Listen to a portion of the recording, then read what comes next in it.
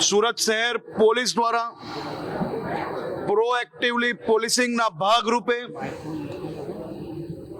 10 જેટલા ડુપ્લિકેટ ડોક્ટરોને પકડવાની છેલ્લા અનેક દિવસોથી ઇન્ફોર્મેશનના માધ્યમથી આ લોકો પર નજર બનાવીને સૌને રંગે હાથ પકડવામાં સફળતા પ્રાપ્ત કરી છે.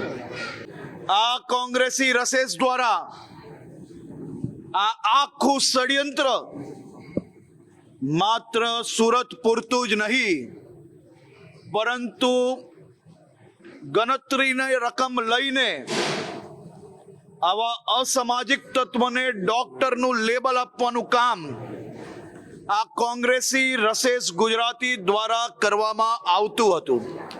આ આખું ષડયંત્ર સુરત પોલીસે પ્રોએક્ટિવલી પોલીસિંગના ભાગરૂપે પકડવામાં આવ્યું છે.